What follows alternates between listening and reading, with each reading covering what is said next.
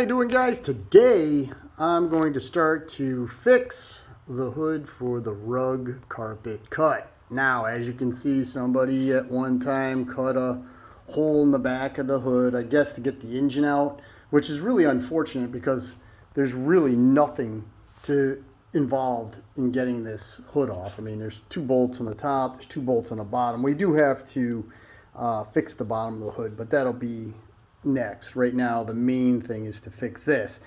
Now, if you have an RJ35 or an RJ58 or even a Suburban in some cases, the cutting of the hood is very common. Most of the time, people just kind of hack them right here to get the motor out, which is unfortunate, but a little bit more, I guess, I don't want to say reasonable, but there's a better reason for doing it on a RJ35 or a 58 or a Suburban. And that's because, number one, the steering wheel is held in by a roll pin. The steering wheel itself is quite, slip fit nice on the steering shafts. Now, this one happens to have an iron steering wheel, which doesn't have an opening at the top. But if you had the plastic 13-inch steering wheel, it would be open and you'd be able to see the top of the steering shaft. Inevitably, water gets in there, rusts the wheel to the shaft, as well as rusts the roll pin into place. And it's almost nearly impossible in some cases of getting these off. You have to cut the steering shaft. It's a disaster. But on the Rugg, it's really not that bad. There's 2 little bolts that hold the hood on. There's 2 little bolts that hold to the frame, and then there's 2 bolts right here that hold the steering wheel on. But the steering wheel is not a complete slip fit. It's just 2 pieces of metal that go along the side of the steering shaft itself. So in actuality, there's really no legitimate reason to cut the back of the hood other than you're lazy. So with that being said, I'm going to go ahead and fix the back of this hood. I did find the center line of the hood in which I made a template. This line right here is the center line of the template. And as you can see, I'm going to try to take off as little material as possible. I probably could have made my template a little bit bigger, but that's okay. Because what I want to do is I want to actually take a die grinder and cut this section out. Because I have another hood in the shed which has 2 big holes in the side of it. It's rusted on the bottom. There's rust on the front of it. There's a crash, but the back side of it is mint. And this body line kind of comes down and goes along, and the body line kind of goes along. So I'm trying to minimally cut this out just so I can make a nice clean pattern that I could transfer fairly easy over to the other hood. So with that being said, and the template done, and the markings complete, I'm going to ring this with masking tape. I'm going to take my die grinder. I'm going to go ahead and cut this piece of crap out, and then we'll go get the other hood and figure out how we're going to transfer this shape onto that hood to make the patch. All right, the cut went fairly well. It's fairly smooth, fairly straight. It is a little bit off. There's a little bit more material on this side compared to that side, but that's fine. It doesn't matter from the pretense that it's these body lines right here that are going to dictate where the other hood goes on. So what I'm going to do is I'm going to go ahead and cut the back of the hood of the other one, but a little bit bigger than this hole. Line it up with the body lines, make a mark on the back of the patch, and then that way it'll slip fit fairly nicely into this hole, and then I can just go ahead and stitch weld it in. I'll probably stitch weld it from the back side, but for now, let's go get the other hood and let's cut the back of it off. I have the second hood here up on the workbench, or the work sawhorses, but you can see there's a bullet hole or something like that in the side of it. There's another one over here. It's all torn out. I'd have to cut this all out, weld it. These holes are all blown out and cracked. This is all oblonged. It's got a severe crack right here. The bottom of it is all blown out where the bolts go on. And then it has a pretty good crash right here in the front. So I'd rather have the green hood. So what we're going to do is we're going to go ahead and I'm just going to drop a line here and like right up in this area. Actually, I might even come up a little higher, make this as big. You know what, I might actually just go right on the outside of this whole thing and just take this whole back plate off. And then at the end of the day, depending on how it fits, I might even just do that. I don't know yet. So I think what I'm going to do is I'm just going to go ahead and cut the back of this off as much as possible, so that way I have as much material and I can really start to fit it into place on the green hood. All right, let's get the cut.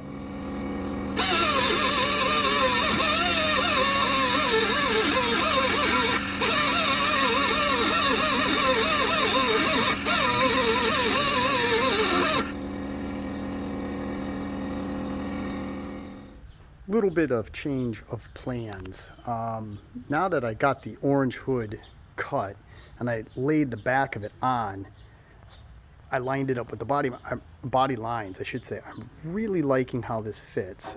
There's actually a crack right here which I would have to deal with. It goes all the way up to this point. Plus this is all wavy and lumpy and bumpy from the person who cut it with a pair of tin snips back in the day. But when I drop this patch in, I'm thinking this is the best course of action. Number one, I think this area here would be easier to weld. I'm going to have to deal with the body lines anyways, but I think the body lines are more defined up here, so I think it'd be easier to kind of to mimic. And plus, if I weld it from the back side, not from the top side, and I got this fitted fairly well, I think just a little bit of body filler right here will make those lines perfect. And I think that would be more of a more appropriate fix. These body lines seem to line up real good. So what I'm going to do is I'm going to go ahead and mark out where this patch is, and I'm going to just cut on the inside of the line and just cut this portion of the green hood out of the way, so this will kind of slide right in. We'll get it to fit real nice, and then I can clean it up, get the paint off it, and start to just tack it into place. I have the patch fitted in. I think it came out pretty good. I'll go ahead and remove all the paint and rust and nonsense. But it's pretty straight. I don't think I could have gotten it better. And this is just quickly clamped into place, so it should, with a little bit more dialing in, it should fit nearly perfect, I would think. Let's get a good look at that. Yeah, I mean, I'm super happy with that. And eventually what I'll do is I'll just dust green paint in this back area, that color match paint that I got, and then just wet sand and buff the entire thing, and it should blend out. It's gonna look like, new paint back there, but I think it's gonna look pretty darn cool. All right, next up, let's get all the paint off and let's start to tack weld it in place. I went ahead and ran the patch through the sandblaster, just glass beaded it real quick, got it cleaned up, got all the orange paint off it. I took my cookie wheel and I just went around both sides. I'm going to try to save as much of this paint as I can. I know it's going to get burnt off, but went ahead and just cleaned that entire edge all the way around. I think the fit is pretty darn close. If you go like this, there's like, there's a little dip right here, but it's pretty close. This probably could come up just a hair, but this feels really good. This feels really good. The sides feel really good, and I got it clamped in. So I'm going to make a couple little adjustments here and there just to make sure that it's exactly where I want. I'm going to break out the welder and I'll put a couple tacks here and there, and we'll start, burning this patch into the hood. The process is started. As you can see, I'll make a spot weld here, then I'll come over here and do a spot weld, and then I'll come over here to do a spot weld, and I'll do one over here, and then I let it cool for a little bit. Like, I can hold this, and there's no hot spots, and I'll let it cool like I am right now, and then I'll do another one here, do another one there, just constantly just keep jumping around in order to keep the hood from overheating in one spot and ultimately starting to warp. Unfortunately, this patch should have been a little bit lower. It's just a little bit high, so I'll have to knock this down with a file eventually just to make it as close as possible. And then what I'll do is I'll take a tape line and I'll kind of come like right below the arc here, or the bend, and just a little bit up here, and I'll just put a little coat of body filler over this and block it out so it's nice and smooth. On the back side, I'll get a little automotive seam sealer and seam seal the back of the weld itself. So let me go ahead, let me finish off tacking it all together. You can see I just take my little die grinder and lightly knock the welds down. This is about how I want it to finish out, right about there, so all the way across, so it'll look like all one piece. That's the goal. Let's see if we reach it. And there it is, all burnt in, came out real nice. You can see like a little bit of a weld line, but that is actually super smooth, and it's actually really straight. There's just a hair, I mean, like just a billionth of a millimeter low right there, but a little bit of body filler right in this area, and it's going to be mint. This is perfectly flat and smooth. I mean, this actually is probably the best spot. This is absolutely perfect. The corner came out nice. The edges have this one has like a little bibble right there, but I'll fill that in with a little bit of body filler. You'll never see it. Same with this side. Actually, there's a little bit of a crack right there, but I'll just put a little bit of body filler in there. You're never going to see it. Now the back, well, let me see if I can show you the back here. Ow, that's my finger. So let's take a look at the back here real quick. And you can see it's burnt all the way through. So we got good, it's all welded together. What I'm going to do is I'm just going to clean this up, and I'll get some body seam sealer and just go right along that weld line. Other than that, I think the top section here is complete. I'm wicked happy with it. Before I do anything, I'll clean it really well, and then I'll DA sand it all down so it has some nice tooth. But next up, we're going to have to fix where the bolts go. So I went ahead and etch primed the patch in the back here. I got to get some seam sealer for the underside, but for right now, that's good. For this area where the bolts mount the front of the hood to the frame, you can see it's all blown out.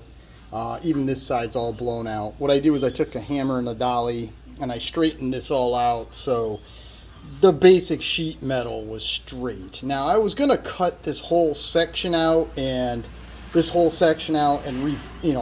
replace everything. But what I think I'm going to do now that I was able to, let me get my hand out of the way so this will focus. There it is. I think what I'm going to do is I'm just going to go ahead and stitch weld this area back together, as well as like maybe from here. Whoa, I'm out of frame. There it is. From here to there. And then I'm going to make a template of this side and a template of that side. Go ahead and cut this out with the die grinder and then just replace this one section right where the bolts are. So that way I can keep it as original as possible and I don't have to try to remeasure and line everything up. I think that's just going to be the easiest way. So let me go ahead, clean this up, stitch up this back section real quick, and then we'll make the template. So I went ahead and made a quick pattern, and I'm going to use this corner to justify it.